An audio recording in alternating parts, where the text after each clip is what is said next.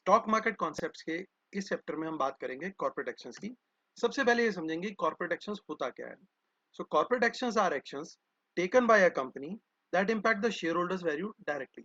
सो जैसा कि नाम बोलता है कॉर्पोरेट एक्शंस, यानी these are the actions taken by corporates which are also called companies.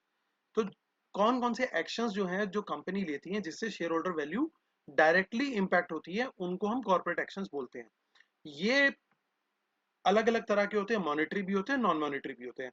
Monetary इस प्रकार से होते हैं जैसे कि डिविडेंड पे किया कंपनी ने अपने शेयर होल्डर्स को, सो दैट इज मॉनेटरी, क्योंकि मॉनेटरी डिविडेंड में सीधा कैश जाता है शेयर होल्डर्स के अकाउंट में। और नॉन मॉनेटरी कैसे, जैसे बोनस शेयर्स इशू करना, राइट शेयर्स इशू करना या स्टॉक स्प्लिट्स एक्सेट्रा। सो ये क्या करते हैं, corporate action is an event that brings material changes to a company and affects its share holders. So इससे मटेरियल चेंज आता है कंपनी में और इसके स्टेक होल्डर्स जो होते हैं उनको भी अफेक्ट करता है। अब समझना ये जरूरी है कि कॉर्पोरेट एक्शंस कितने प्रकार के होते हैं। ये काफी तरह के होते हैं, उनको एक एक करके हम समझेंगे सिंपल लैंग्वेज में। सबसे पहले बात करेंगे हम राइट्स इशू की। When a company wants to raise capital, issue of fresh shares to the existing share holders is one option available to the company. जब भी कंपनी को पैसा जुटाना है अपने बिजनेस के लिए, बिजनेस बढ़ाने के लिए कैपिटल की जरूरत है, तो वो fresh share existing share holder को जब इशू करती है तो उसको राइट्स इशू बोलते हैं। और ये एक ऑप्शन अवेलेबल होता है हमेशा कंपनी के पास, क्योंकि एग्जिस्टिंग शेयर होल्डर्स का फेथ भी होता है कंपनी में, इसीलिए वो बने हुए हैं as share holder in the company. In such an issue, existing shareholders have the right to buy a specified number of new shares of the company in the ratio of their existing shareholding in the company at a specified price within a specified time. So rights issue में क्या होता है कि जो existing share holders होते हैं उनको एक राइट दिया जाता है कि आप इतने शेयर्स खरीद सकते हैं राइट्स इशू के तहत। और वो जो राइट मिलता है हर एक शेयर होल्डर को, वो उनकी existing share holding in the company के बेसिस पे मिलता है। फॉर एग्जाम्पल मान लीजिए एक कंपनी में सिर्फ 3 शेयर होल्डर्स है, एग्जाम्पल की बात कर रहे हैं, सिर्फ 3 शेयर होल्डर्स है। एक व्यक्ति के पास है टोटल शेयर्स हैं 100, एक के पास है 50 शेयर्स, एक के पास है 30 और एक के पास है 20। अब कंपनी कोई राइट इशू लेके आएगी तो वो इन तीनों को ऑफर करेगी वो राइट इशू, और रेशियो क्या रहेगी, 50:30:20, क्योंकि जो उनकी एग्जिस्टिंग शेयर होल्डिंग है उसी प्रपोर्शन में, उसी रेशो में ये ऑफर दिया जाता है। ऐसा क्यों किया जाता है, ताकि उनकी एग्जिस्टिंग शेयर होल्डिंग बनी रहे, जितनी परसेंटेज होल्डिंग उनकी कंपनी में एग्जिस्टिंग है उतनी बनी रहे। ये एक शेयर होल्डर का राइट होता है, इसीलिए भी इसको राइट इशू बोला जाता है। और एक और चीज बोली जाती है कि कंपनीज एक्ट भी ये बोलता है कि पहले किसी और को इशू करने से पहले सबसे पहला हक जो है वो एग्जिस्टिंग शेयर होल्डर्स का है, इसलिए पहले उनको ऑफर करना चाहिए। अगर उनको नहीं ऑफर करना तो कंपनीज एक्ट के अंदर एक डिटेल्ड प्रोसेस दिया हुआ है कि स्पेशल रेजोल्यूशन पास करके 3/4 मेजोरिटी से आप वो पास करके किसी दूसरे शेयर होल्डर को भी ऑफर कर सकते, किसी दूसरे पर्सन को भी ऑफर कर सकते हैं जो कि शेयर होल्डर नहीं हो। बट पहला हक हमेशा, पहला राइट हमेशा एग्जिस्टिंग शेयर होल्डर का होता है, इसलिए भी इन्हें राइट इशू कहा जाता है।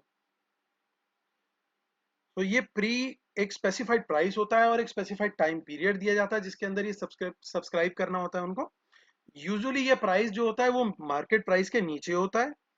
The idea is to reward existing share holders with an investment opportunity which is perceived to be attractive.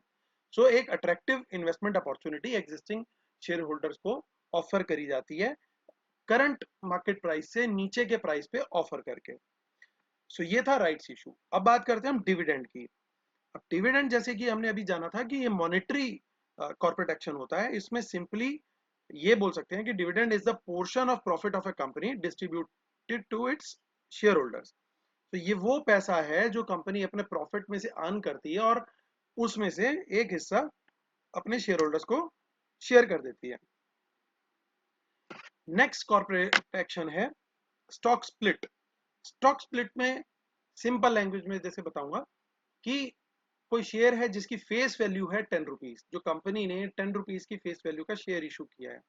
अब कंपनी उस शेयर की लिक्विडिटी और बढ़ाने के लिए और ज्यादा शेयर होल्डर पार्टिसिपेशन बढ़ाने के लिए उसकी फेस वैल्यू घटा के कर देती है 5 शेयर्स ऑफ 2 रुपीज ईच। बात ही की है एक शेयर 10 रुपए का या 5 शेयर 2-2 रुपए वाले।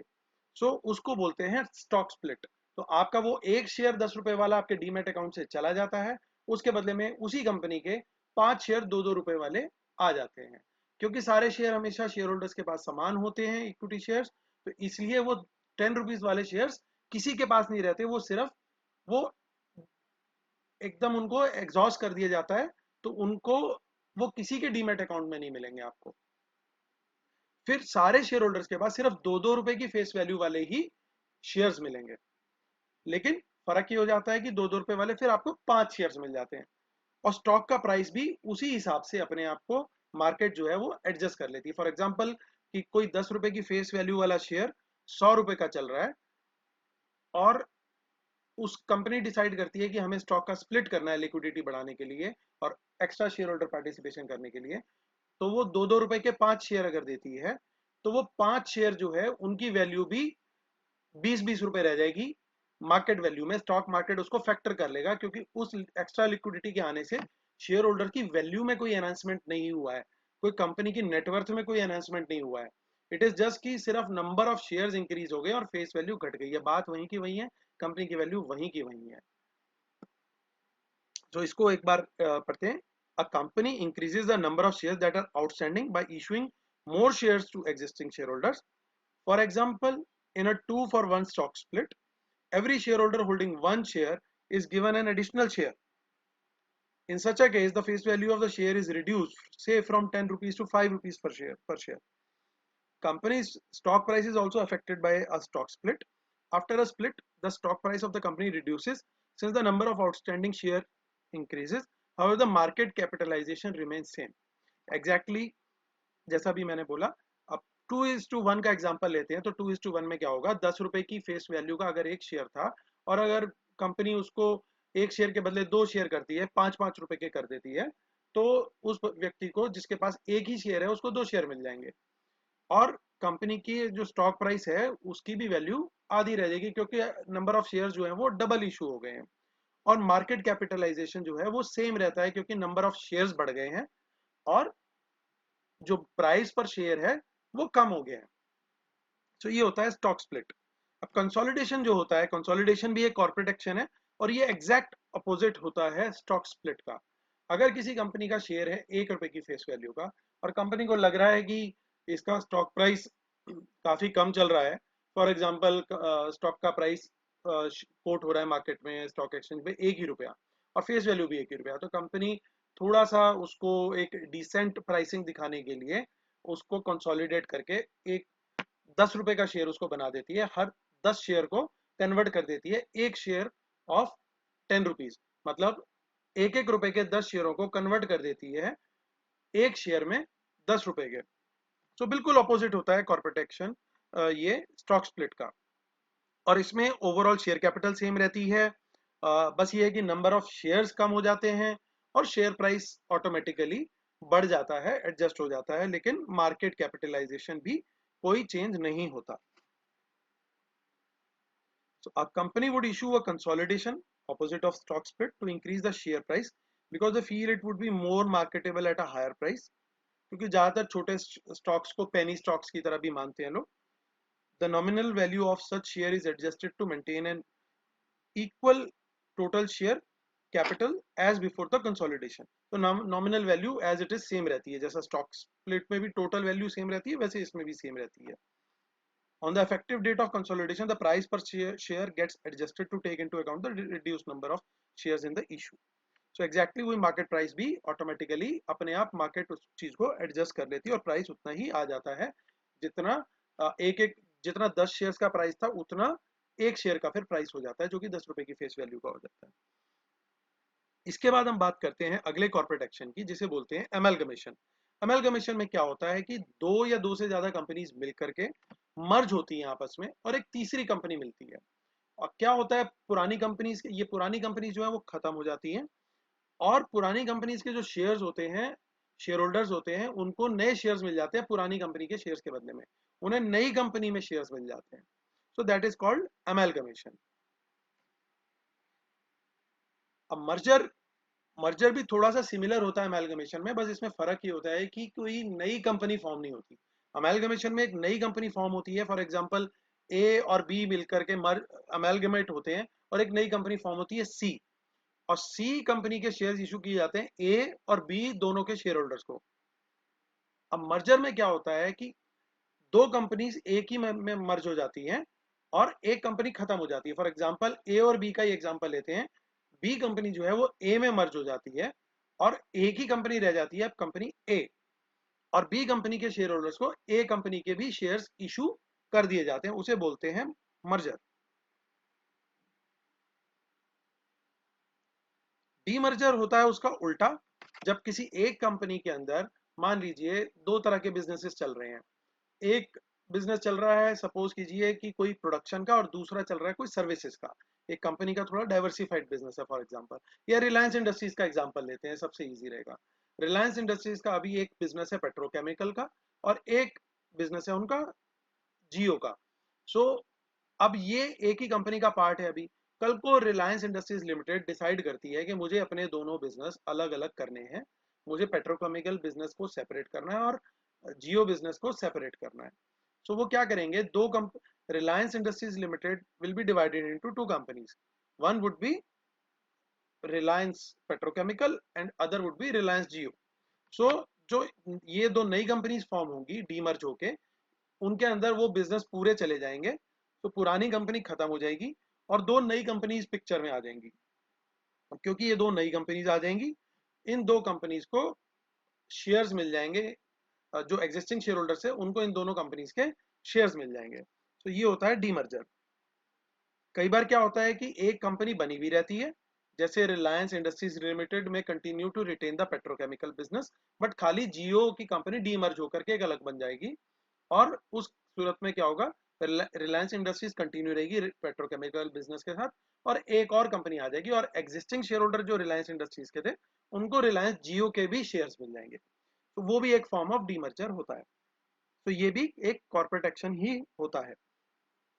सो बायबैक, बायबैक में क्या होता है, बायबैक में कंपनी जब फील करती है कि कंपनी के पास सफिशिएंट कैश फ्लो है, लेकिन उसका जो शेयर प्राइस मार्केट में चल रहा है वो काफी नीचे चल रहा है, तो उस समय शेयर होल्डर्स वैल्यू के लिए भी, और कंपनी ये भी सोचती है कि लॉन्ग टर्म में हमारे लिए बेनिफिशियल है जितने कम शेयर्स हो, सो उस हिसाब से वो बायबैक ऑफ शेयर्स अनाउंस करते हैं और एग्जिस्टिंग शेयर होल्डर से शेयर्स परचेज करते हैं।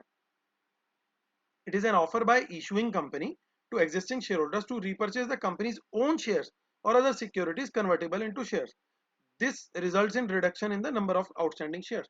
तो जब कंपनी बाय कर लेती है, अब मान लीजिए कंपनी ने के टोटल शेयर से 1 लाख कंपनी ने बायबैक अनाउंस किया, शेयर होल्डर्स ने 10,000 शेयर्स के शेयर होल्डर ने इंटरेस्ट दिखाया, तो वो 10,000 शेयर्स उन्होंने कंपनी को दे दिए, कंपनी ने उनको पैसे दे दिए, तो कंपनी के नंबर ऑफ शेयर्स आउटस्टैंडिंग रह गए 90,000। तो इन फ्यूचर जो भी कॉर्पोरेट एक्शंस होंगे, जो भी डिविडेंड बटेगा, वो उन 90,000 शेयर होल्डर्स में ही बटेगा।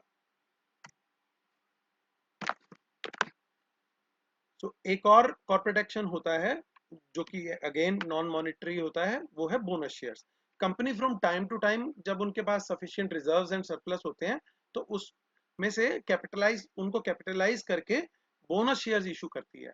सो बोनस शेयर्स भी एग्जिस्टिंग शेयर होल्डर्स को ही इशू किए जाते हैं, और राइट इशू की तरह उसी रेशो में इशू किए जाते हैं जिस रेशो में एग्जिस्टिंग शेयर होल्डर अपने एग्जिस्टिंग शेयर्स होल्ड कर रहे हैं। So bonus shares are free shares given to current shareholder. These are free shares, कोई पैसा नहीं लिया जाता, to given to current shareholders in a company based upon the number of shares that the shareholders already own. So जो already जितने shares own कर रहे हैं उसी रेशो में उनको allot किए जाते हैं। While the issue of bonus share increases the total number of shares issued and owned, it does not change the market cap of the company as the market price gets adjusted. इसमें भी जैसे stock split और consolidation में हमने बात करी थी, इसमें भी मार्केट कैप चेंज नहीं होता, और मार्केट जो है वो अपने आप स्टॉक प्राइस एडजस्ट कर लेती है। हालांकि इसमें एक चीज ऐसी देखा गई है कि जो अच्छी कंपनीज होती हैं उनके जब बोनस शेयर्स आते हैं तो स्टॉक प्राइस थोड़ा सा भागता हुआ दिखाई देता है, क्योंकि इसे एक अच्छा कॉर्पोरेट गवर्नेंस मेजर भी मानती है मार्केट। और ये थोड़ा सा सही, चाहे 2-4-5% का इम्पैक्ट जो है आपको अपसाइड पे आता हुआ दिखता है स्टॉक प्राइस में। एक और कॉर्पोरेट एक्शन होता है जिसे हम बोलते हैं ओपन ऑफर। ओपन ऑफर में क्या होता है, the acquirer offers to purchase particular company share from existing shareholder at predetermined price. Accordingly, public announcement and letter of offer issued to all existing shareholder wherein details of escrow demat account mentioned in the same. Open offer is for particular period which is also mentioned in the letter of offer. So open offer में क्या होता है कि कोई investor अगर या कोई prospective investor वो इंटरेस्टेड होता है किसी कंपनी की शेयर होल्डिंग एक्वायर करने में बियॉन्ड अ लिमिट, जब एक लिमिट के बियॉन्ड चला जाता है तो उसको सेबी रेगुलेशंस के अंडर एक ओपन ऑफर देना जरूरी है। सो वो एक लिमिट तक तो बाजार से सेकेंडरी मार्केट से धीरे धीरे धीरे स्टॉक्स खरीद सकता है, लेकिन कंपनीज एक्ट में और सेबी गाइडलाइंस में ऐसी लिमिट्स दे रखी हैं जहाँ पे जो मर्जर्स के ऊपर पर्टिकुलरली सेबी गाइडलाइंस दी हुई हैं उनके अंदर दे रखा है कि एक लिमिट के बियॉन्ड आप जाते हो तो आपको ओपन ऑफर देना पड़ेगा। और वो ओपन ऑफर किसको दिया जाएगा, एग्जिस्टिंग शेयर होल्डर्स को। और उसमें एक प्राइस फिक्स कर दिया जाता है और सारी डिटेल्स बता दी जाती हैं, जिस प्राइस पे वो खरीदना चाहता है वो एक्वायरर उन शेयर्स को from the existing share holder. तो ये भी जब दिखता है तब भी स्टॉक प्राइसेस के अंदर आपको मूवमेंट आती हुई अपसाइड पे दिखती है, क्योंकि ऐसा लगता है कि कोई you can say a big whale is interested और a big investor is interested in acquiring high stake in a particular company. एक बड़ा स्टेक कोई खरीदना चाह रहा है तभी इतना बड़ा ओपन ऑफर लेके आ रहा है, तो ये एक पॉजिटिव साइन लेती है मार्केट। डिविडेंड जैसे अभी हमने डिस्कस किया कि डिविडेंड में दो चीजें होती हैं, a stock is come dividend which means with dividend when a company has declared that there will be a dividend in the future but has not paid it out. So जब भी company dividend declare करती है तो वो dividend जो है वो कम dividend माना जाता है जब तक कि वो रिकॉर्ड डेट उसकी नहीं आती। रिकॉर्ड डेट के बाद उसको एक्स डिविडेंड माना जाता है उस प्राइस को। कम डिविडेंड का मतलब ये होता है कि जब तक आप उसको खरीद रहे हैं उस डेट तक आप उसको खरीद सकते हैं तो आपके अकाउंट में फिर डिविडेंड आएगा। क्योंकि ऐसा नहीं होता कि कंपनी ने आज अनाउंस कर दिया और आज ही डिविडेंड मिल जाएगा, इसके बाद रिकॉर्ड डेट सेट होती है। रिकॉर्ड डेट से 2 दिन पहले तक अगर आप शेयर्स खरीद लेते हैं तो आपको, क्योंकि T+2 का सेटलमेंट होता है, T+ मतलब ट्रेडिंग डे प्लस 2 डेज, तो कोई किसी भी कॉर्पोरेट एक्शन के लिए रिकॉर्ड डेट डिसाइड होती है, वो भी हम आगे डिस्कस करेंगे। देखिए रिकॉर्ड डेट के बारे में बात करते हैं। Record date is the cut off date fixed and announced by companies to determine the which share holders are entitled to a corporate action. तो कोई भी कॉर्पोरेट एक्शन करना है तो उसके लिए आपको सबसे पहले डिसाइड करना पड़ेगा कि कौन से शेयर होल्डर्स इसके लिए एंटाइटल्ड है।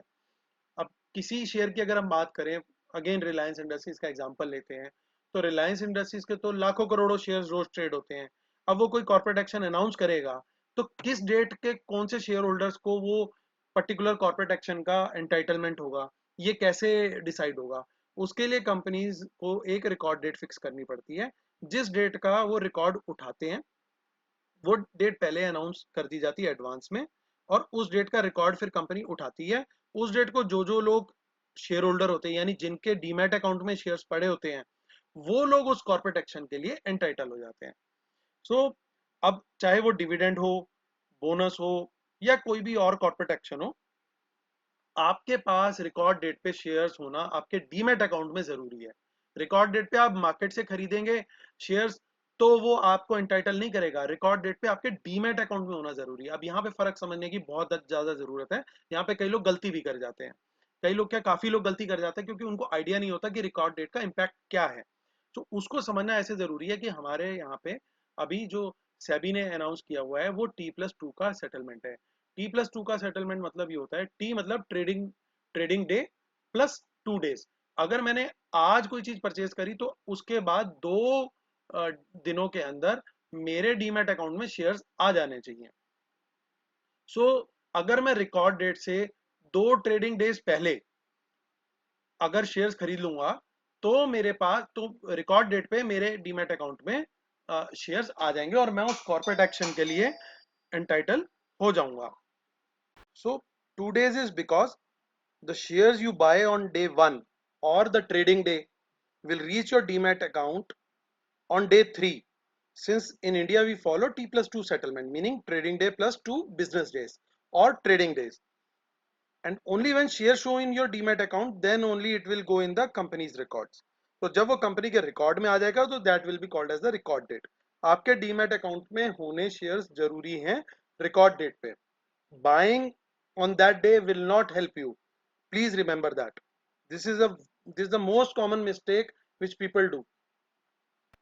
So just buying the shares does not make you eligible for the corporate action, but having the shares in your demat account as on the date of corporate action does. So corporate actions are communicated to the shareholders by the company. So companies announce करती हैं shareholders को. However, if you are not a shareholder, the corporate action details can be accessed from NSE and BSE. You can visit below websites to get further details. nseindia.com, bseindia.com और ये paths दे रखे हैं, आप जा करके इस तरीके से सर्च करके वहां पे क्या कॉर्पोरेट एक्शंस अनाउंस किए हैं कंपनी ने कब कब, वो आप चेक कर सकते हैं। और company under listing agreement they are also bound to announce corporate actions from time to time. उनको बताना पड़ता है, कभी भी कोई वो लेके आ रहे हैं तो वो स्टॉक एक्सचेंजेस को इंटीमेट करते हैं और स्टॉक एक्सचेंजेस से आगे ये बात पता लग जाती है सबको, क्योंकि स्टॉक एक्सचेंज जो है वो पब्लिक वेबसाइट्स हैं, कोई भी वहां एक्सेस करके डिटेल कंपनी ने क्या पोस्ट करी है उसके बारे में जान सकती है। If you are interested in any company stock either from an investment perspective और from a trading perspective, it is important to have knowledge about its corporate action. तो आप चाहे ट्रेडर हो चाहे इन्वेस्टर हो, आपको पता होना चाहिए किसी पर्टिकुलर कंपनी में अगर आप इंटरेस्टेड हैं तो आपको ये नॉलेज होनी बहुत ज़रूरी है कि क्या कॉर्पोरेट एक्शंस वो कंपनी लेके आ रही है और उसका क्या इम्पैक्ट हो सकता है स्टॉक प्राइस पे। सो ये एक चैप्टर था अबाउट कॉर्पोरेट एक्शन। इसमें मैंने ब्रीफली बट सारे एस्पेक्ट्स कवर किए हैं ताकि आपको corporate actions common market language में एकदम क्लैरिटी रहे कि क्या चीज़ क्या हो सकती है। आपको कभी भी कोई टॉपिक समझ ना आ रहा हो, आप वापस इस वीडियो में आकर के चेक करके उसको दोबारा से सुनकर समझ सकते हैं। चलिए, thank you so much. So 2 days is because the shares you buy on day 1 or the trading day will reach your demat account on day 3, since in India we follow T+2 settlement, meaning trading day plus 2 business days or trading days, and only when shares show in your demat account then only it will go in the company's records. तो जब वो company के record में आ जाएगा तो that will be called as the record date. आपके demat account में होने शेयर्स जरूरी हैं रिकॉर्ड डेट पे। Buying on that day will not help you, please remember that. This is the most common mistake which people do. So just buying the shares does not make you eligible for the corporate action, but having the shares in your demat account as on the date of corporate action does. So corporate actions are communicated to the shareholders by the company. So companies announce करती हैं shareholders को. However, if you are not a shareholder, the corporate action details can be accessed from NSE and BSE. You can visit below websites to get further details. nseindia.com, bseindia.com और ये paths दे रखे हैं, आप जा करके इस तरीके से सर्च करके वहां पे क्या कॉर्पोरेट एक्शंस अनाउंस किए हैं कंपनी ने कब कब, वो आप चेक कर सकते हैं। और company under listing agreement they are also bound to announce corporate actions from time to time. उनको बताना पड़ता है, कभी भी कोई वो लेके आ रहे हैं तो वो स्टॉक एक्सचेंजेस को इंटीमेट करते हैं और स्टॉक एक्सचेंजेस से आगे ये बात पता लग जाती है सबको, क्योंकि स्टॉक एक्सचेंज जो है वो पब्लिक वेबसाइट्स हैं, कोई भी वहां एक्सेस करके डिटेल कंपनी ने क्या पोस्ट करी है उसके बारे में जान सकती है। If you are interested in any company stock either from an investment perspective और from a trading perspective, it is important to have knowledge about its corporate action. तो आप चाहे ट्रेडर हो चाहे इन्वेस्टर हो, आपको पता होना चाहिए किसी पर्टिकुलर कंपनी में अगर आप इंटरेस्टेड हैं तो आपको ये नॉलेज होनी बहुत ज़रूरी है कि क्या कॉर्पोरेट एक्शंस वो कंपनी लेके आ रही है और उसका क्या इम्पैक्ट हो सकता है स्टॉक प्राइस पे। सो ये एक चैप्टर था अबाउट कॉर्पोरेट एक्शन। इसमें मैंने ब्रीफली बट सारे एस्पेक्ट्स कवर किए हैं ताकि आपको corporate actions common market language में एकदम क्लैरिटी रहे कि क्या चीज़ क्या हो सकती है।